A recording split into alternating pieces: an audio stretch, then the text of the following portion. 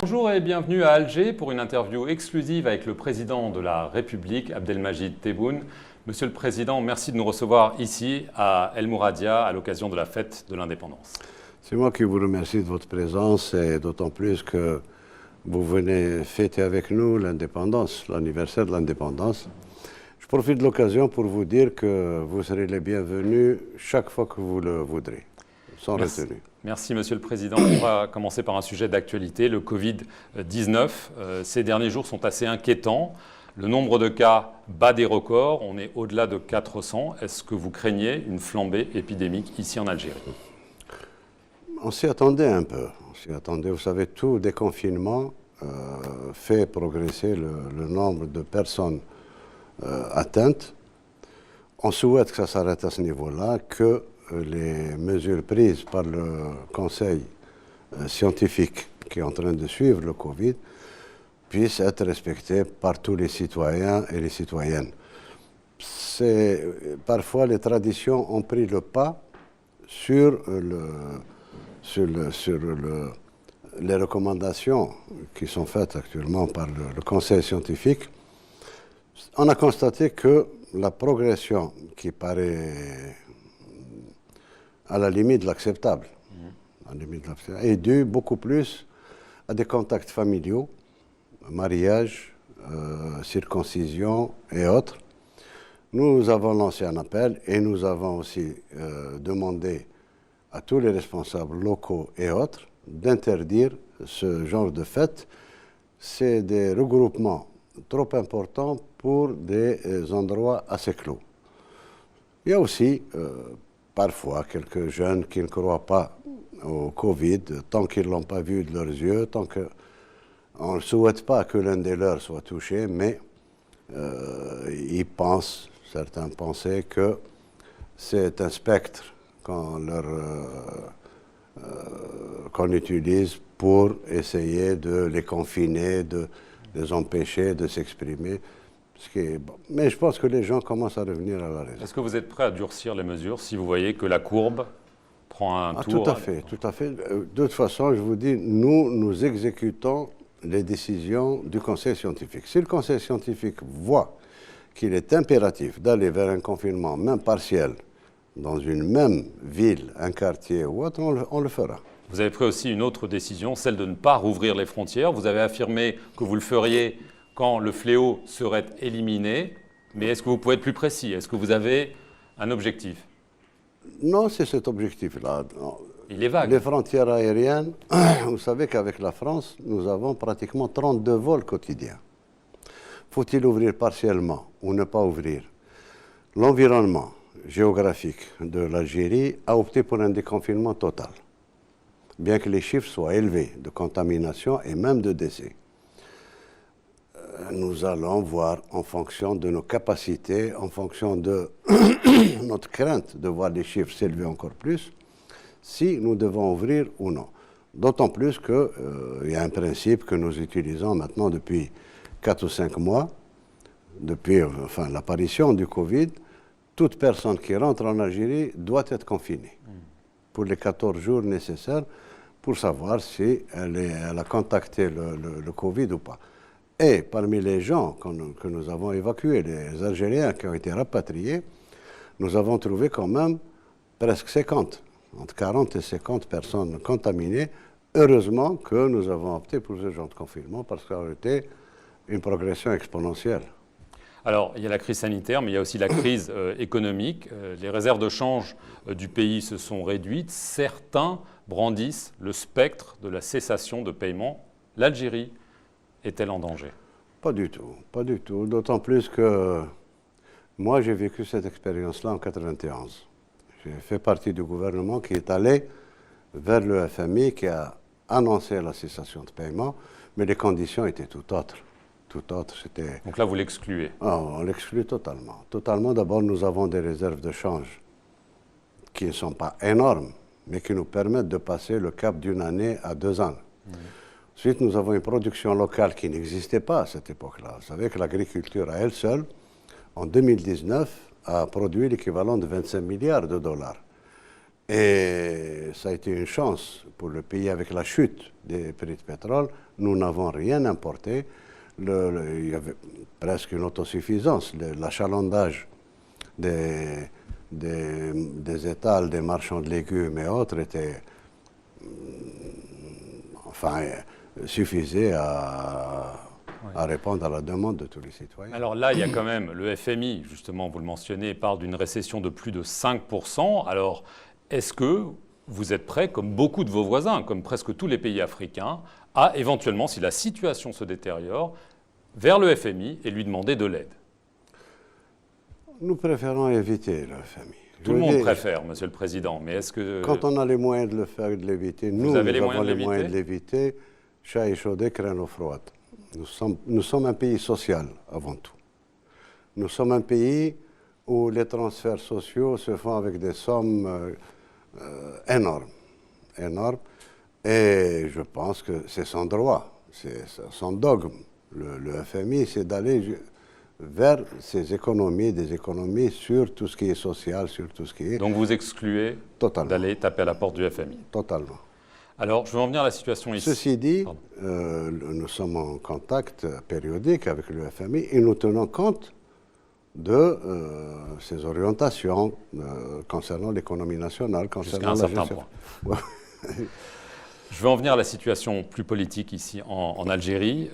Ces derniers jours, plusieurs personnalités connues du Hirak, ce mouvement qui a donc mis fin à la présidence de Abdelaziz Bouteflika, ont été libérés, liberté provisoire pour Karim Tabou, Samir Belarbi, Amira Bouraoui. Vous aviez aussi gracié 6 personnes. Alors les organisations de droits de l'homme parlent d'une 60aine de détenus derrière les barreaux. Est-ce que vous allez continuer? Est-ce que vous avez pris une décision qui est de libérer ces personnes qui ont été arrêtées pour des raisons que les organisations des droits de l'homme dénoncent? En tant que président, j'exercerai mes prérogatives constitutionnelles de grâce chaque fois que cela est nécessaire. Ceci dit, je tiens à lever quand même une équivoque. La justice a sévi avec certains de ceux qui sont actuellement en détention, ou même ceux qui ont été libérés, pour insultes et incitation aux attroupements et incitation à la mutinerie pour certains corps. Ce qui est complètement interdit par... Mais les organisations de droits de l'homme affirment que ces motifs sont une façon d'étouffer le mouvement. Elles récusent cette utilisation. C'est leur droit.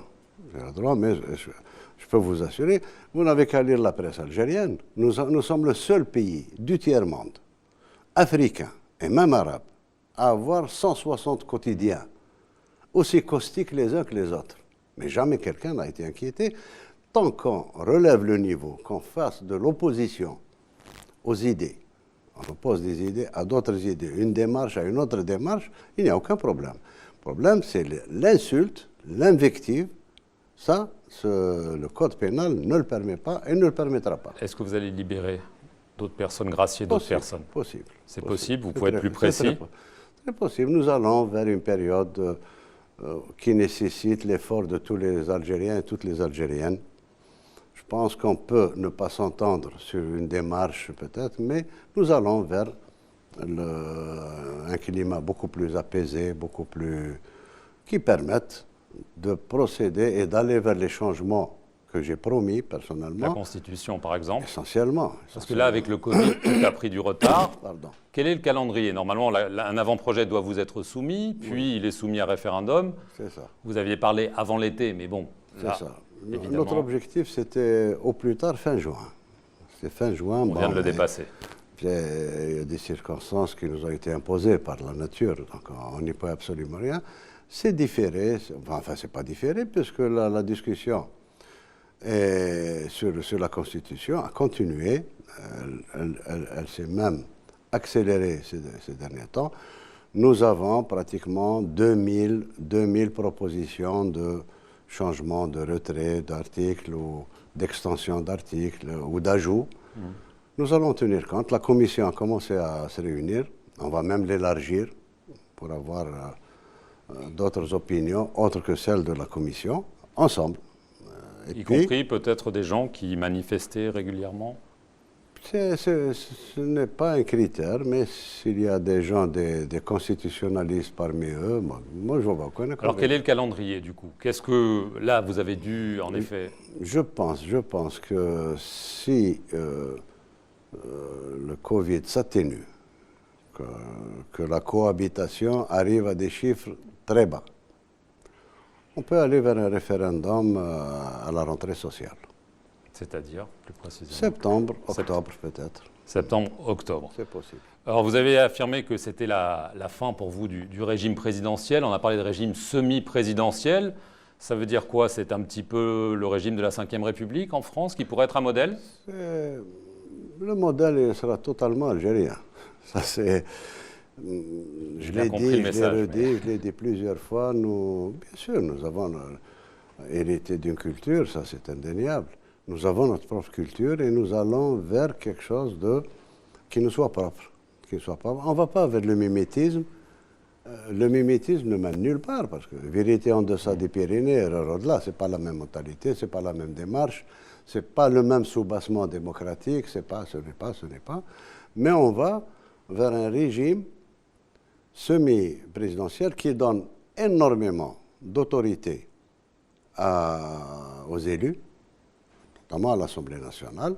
C'est la première fois que l'Assemblée nationale va proposer elle-même des lois, que l'Assemblée nationale aura le droit de créer toutes les commissions de contrôle qu'elle veut sur un sujet, sur un ministère, sur un secteur ou autre, et on tiendra compte de leurs opinions. Ils vont contrôler la gestion du gouvernement. Et en même temps, on est en train de mettre beaucoup de verrous qui interdiront à l'avenir tout glissement vers le pouvoir personnel. Alors, en parlant de pouvoir personnel, on a parlé des procédures contre les activistes du Hirak. Il y a aussi les procédures contre d'anciens membres éminents du régime. Il y a des peines très lourdes de prison qui ont été prises contre les anciens premiers ministres Ahmed Yahya, Abdelmalek Sellal, contre le patron des patrons Ali Haddad. Mais qu'en est-il d'Abdelaziz Bouteflika? Ces premiers ministres ont affirmé qu'il devrait être entendu comme témoin. D'autres aimeraient bien qu'il soit jugé. Quelle est votre opinion là-dessus? Je pense que la justice s'est prononcée. Pas contre lui? Non, contre lui. Si la justice le demande, c'est son affaire. Mais pour le moment, il n'en est pas question. Les faits avérés ne sont ni politiques, ni qui tiennent à des instructions quelconques. C'est l'exécution. C'est ce que les premiers ministres ont dit. Oui, ils ont dit que tous les ordres venaient de lui. Oui, mais l'exécution des ordres. Je peux vous donner un ordre de faire passer rapidement sur le marché, mais vous en profiterez pour en abuser. Donc vous n'êtes pas favorable à ce qu'il soit jugé. Vous avez été son Premier ministre brièvement. Vous étiez favorable au 5e mandat. Je vais quand même vous poser une question. Il était déjà dans un état difficile. Est-ce que vous regrettez cela? Est-ce que vous regrettez? Non, je tiens à lever une équivoque. Je n'ai jamais été pour le 5e mandat. Ah bon? Jamais. Jamais, parce que moi, j'ai été éjecté en 2017. Et l'histoire du 5e mandat a commencé en 2018. En 2018, j'étais chez moi et en aucun cas, je n'étais pour le 5e mandat. Et je trouvais que c'était aberrant parce que pour avoir approché en tant que Premier ministre, il n'avait plus la parole, il ne pouvait plus s'exprimer. Et vous n'en avez pas parlé à l'époque? On ne m'a pas demandé mon avis. J'étais exclu. Je vais en venir aux relations entre la France et l'Algérie. Il y a eu 2 conversations avec le président Macron, il y a eu quelques petites tensions ces derniers temps. Est-ce que vous avez l'impression que le courant passe vraiment au-delà des politesses diplomatiques? Si, on a eu plusieurs discussions. Déjà à Berlin, conférence sur la Libye. Sur la Libye, entre autres, même pour les relations bilatérales, on avait discuté beaucoup de choses à Berlin, de manière détendue, Moi, je trouve qu'avec le président Macron, nous pouvons aller loin dans l'apaisement, dans le règlement du problème de la mémoire. C'est quelqu'un de très honnête et qui veut apaiser la situation, qui veut servir bien sûr son pays, la France, et en même temps permettre à nos relations de retrouver son niveau naturel. relation entre deux pays indépendants, deux pays souverains. C'est vrai que l'Algérie est une ancienne colonie, mais ça fait 58 ans que c'est un État, et un État qui influe sur son environnement, un État pivot, un État qui dont la parole compte dans le concert international.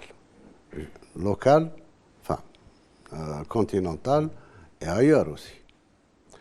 Donc nous allons vers des relations apaisées, et je trouve que le président Macron est très sincère dans ce qu'il fait, il est honnête, il est très propre du point de vue historique, très propre, qu'il n'est impliqué en rien dans ce qui se passe entre le...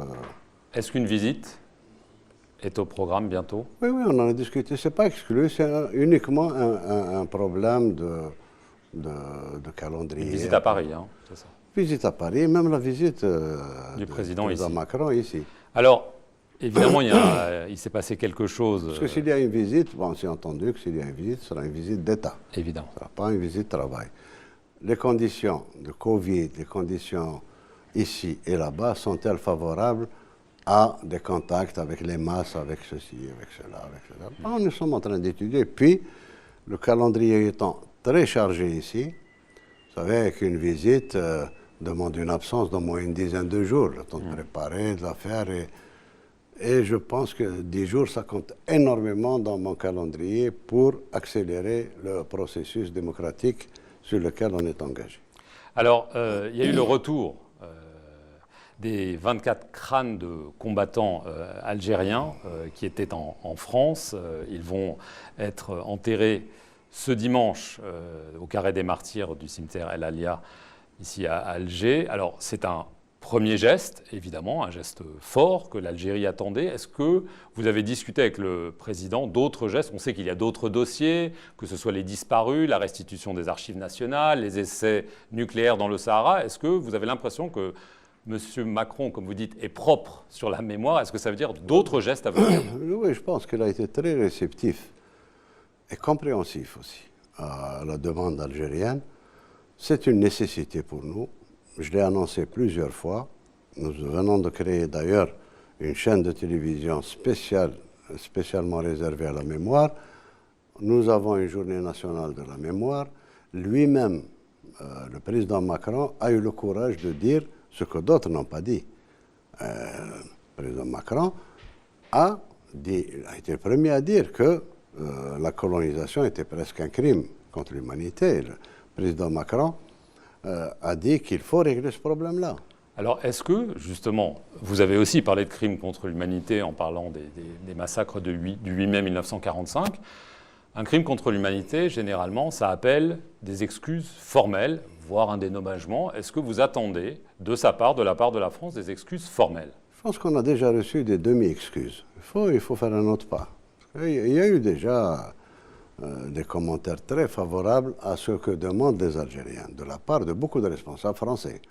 On a parlé maintenant, en France, on parle de massacre à Sétif, chose qui était prohibée il n'y a pas longtemps. C'est pour ça que je vous dis qu'avec le président Macron, sans aucune animosité, sans haine, dans le respect le plus total des deux États, on doit affronter ce problème de mémoire qui hypothèque beaucoup de choses dans les relations entre les deux pays. Donc vous pensez qu'il est capable de présenter des excuses formelles à l'Algérie pour la période coloniale?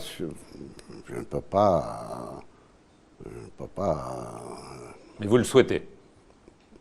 On souhaite. Ça va permettre d'apaiser le climat et le rendre plus serein pour des relations économiques, pour des relations culturelles, pour des relations de voisinage, pour des relations... Et nous avons près de 6 millions d'Algériens qui vivent en France, qui peuvent amener quelque chose là-bas et ici, etc. Je vais en venir à la situation en Libye. Vous étiez inquiet il y a quelques mois, j'imagine que vous l'êtes encore plus quand vous voyez ce qui se passe sur le terrain. Vous aviez évoqué une nouvelle Syrie, mais est-ce qu'on n'est pas au-delà? On risque de glisser vers au-delà que le schéma libyen, le schéma syrien. On en avait discuté avec le président Macron, on en a discuté entre nous à Berlin. Et moi, j'avais dit à l'époque, il y a déjà de cela 4 mois et quelques, que si on n'arrive pas à un cessez-le-feu qui nous permettent de revenir à la base libyenne pour reconstruire un État sur des bases de légitimité populaire. On risque de voir transposer en Libye le schéma syrien. Et on y est maintenant. On y est. C'est les mêmes acteurs. Les mêmes acteurs, les mêmes méthodes, les mêmes... La chance pour la Libye, c'est que les tribus sont restées sages, contrairement à ce que pensent les uns et les autres. C'est beaucoup plus les mercenaires, c'est beaucoup plus des... Excédés, les tribus libyennes risquent de se défendre, de rentrer dans l'autodéfense, donc de s'armer. Et à ce moment-là, ce n'est plus le schéma syrien, c'est le schéma somalien. Et à ce moment-là, plus personne ne pourra faire quoi que ce soit. La Libye risque d'être un sanctuaire terroriste, où tout le monde va se débarrasser de ces terroristes, ses propres terroristes, pour les ramener en Libye et assainir leur pays. Est-ce que vous êtes toujours prêt à jouer un rôle de médiation alors que la situation se détériore de jour en jour? Nous ne désespérons pas. Nous sommes en relation avec tous les Libyens. Et vous avez dû le constater, c'est pratiquement de manière périodique, les uns et les autres arrivent ici parce que nous sommes à égale distance, des uns et des autres. Nous ne voulons pas nous impliquer avec un groupe contre un autre. L'objectif, c'est, maintenant, ça commence à germer. Je pense qu'on n'est pas très très loin avec le président Macron, pas très loin avec nos amis italiens. D'autres acteurs comprennent que maintenant, ce n'est pas le flux et le reflux des armées qui va régler ce problème-là. Gagnons aujourd'hui, perdons demain, et perdons aujourd'hui, gagnons demain. Et le fait de prendre des échantillonnages, 5 par-ci, 5 par-là, de les réunir quelque part, ça ne règle aucun problème. Allons vers la solution définitive qui est consulter la population à travers son organisation tribale ou autre, organisant des élections par le biais d'institutions transitoires, s'il le faut. Le gouvernement actuel en est une, mais il est dépassé. Donc il faut reprendre ça, mais de manière beaucoup plus large pour toute la Libye et aller vers des institutions, une Assemblée nationale qui élira un président et 2 vice-présidents tenant compte des équilibres régionaux en Libye, puis aller à une constitution. Ils l'ont déjà, améliorer peut-être leur constitution. Et vous êtes prêt à accueillir ces pourparlers ici? Tout à fait. C'est à leur demande. Alors, on a parlé du... Je m'excuse, si on ne l'a pas fait jusqu'à présent. Si on ne l'a pas fait parce qu'on avait donné la parole à Mme Merkel à Berlin que personne ne prendra une initiative personnelle pour parasiter ce qui a été fait à Berlin, sous l'égide des... Et là, on est au-delà, donc. Bon, maintenant, on peut le faire. Maintenant, vous pouvez le faire. On a parlé de la Libye, on va parler d'un autre voisin, le Maroc. Alors, ces derniers temps, le Maroc a, semble-t-il, engagé des travaux de construction d'une base militaire. Eux disent que c'est un casernement militaire à la frontière algérienne. Et on apprend que l'Algérie, du coup, va construire 2 bases militaires. Est-ce que vous pouvez confirmer cela? Et qu'est-ce que ça signifie? Parce qu'il y a une guerre des mots, mais là, c'est autre chose. Jusqu'à présent, l'escalade était verbale, mais nous constatons que nos frères marocains passent à une autre forme d'escalade. J'espère que ça va s'arrêter. Et quelle escalade, Monsieur le Président? Nous souhaitons le plus grand bonheur et tout le développement au peuple marocain, frères. Et nous n'avons aucun problème avec les Marocains. Il semble que ce sont les frères marocains qui ont des problèmes avec nous. Mais nous... Vous confirmez que vous allez construire ces bases militaires? Je ne peux ni confirmer ni infirmer. Ça fait Mais partie est-ce que vous avez dit on était dans l'escalade verbale, est-ce que ça peut aller au-delà? Je ne pense pas. La sagesse a toujours prévalu entre les 2 pays. Ce qui a surtout prévalu, c'est la fermeture des frontières depuis plus de 25 ans. Et la fermeture des frontières est une réaction à une action humiliante du peuple algérien. C'est fermé au moment de l'instauration du visa. C'est pas le Sahara occidental. Oui, alors est-ce que, dernière question pour conclure, est-ce qu'il est imaginable que vous preniez une initiative? Puisqu'il y a ce blocage, on sait que parfois, y compris ici entre la France et l'Algérie, il a fallu que des pas drastiques soient pris, même dans des situations de tension. C'est pas du tout la même conjoncture. Entre la France et l'Algérie, depuis 1962, on est en contact, en relation. C'est un yo-yo. Parfois c'est ceci, parfois c'est cela, mais le contact n'a jamais été rompu. Parfois on est passé à des relations d'un niveau supérieur. Parfois il y a eu des froids. Bon, vous savez que les relations entre l'Algérie et la France sont très... C'est des relations très compliquées, très passionnelles et passionnées, où il y a la mémoire qui... Mais avec nos frères marocains, non, nous n'avons aucun problème. Enfin, aucun problème, et je vous le dis de la manière la plus officielle. Nous n'avons aucun problème avec nos frères marocains. C'est eux qui semblent avoir un problème avec nous. Bon, on est allé de l'insulte verbale, on nous prête des intentions de ceci, de cela. Chaque fait interne algérien est analysé en fonction de leurs arrière-pensées. Nous n'avons aucune arrière-pensée vis-à-vis du Maroc, frère. Nous n'avons aucun problème avec le peuple frère. Nous n'avons aucun problème avec le roi du Maroc. Maintenant, si eux pensent qu'il faut prendre une initiative, elle sera la bienvenue. Et je pense qu'ils peuvent prendre des initiatives. Ils peuvent prendre des initiatives qui clôt définitivement ce problème. Monsieur le Président, je tiens à vous remercier de nous avoir accueillis ici à El Mouradia, encore une fois, à l'occasion de la fête de l'indépendance algérienne. Merci à vous d'avoir regardé cet entretien exclusif sur France 24. Restez sur notre antenne pour plus d'informations.